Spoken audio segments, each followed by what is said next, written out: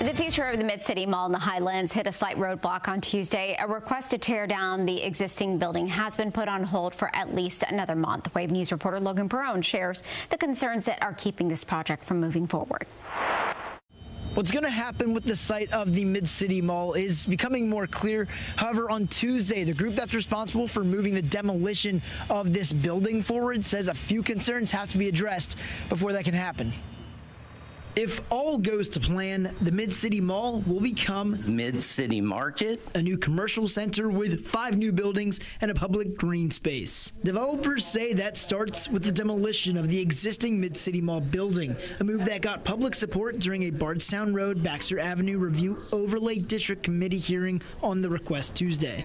I fear that the alternative to moving forward is a decaying empty structure, which will bring about the demise of the entire corridor. That future still needs some fine-tuning. Committee members heard and raised a number of concerns. Limited pedestrian access, the Baxter Avenue side of the building being a loading dock for the grocery store, and the color of the development. And there is still pushback on the plan altogether after the developers decided not to include more housing. It is a missed opportunity.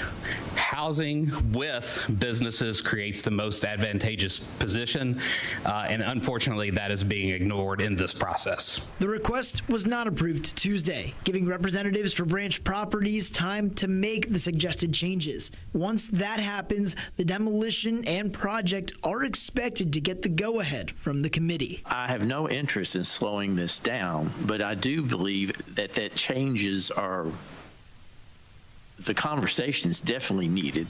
Those issues are expected to be addressed at the committee's next hearing on April 21st.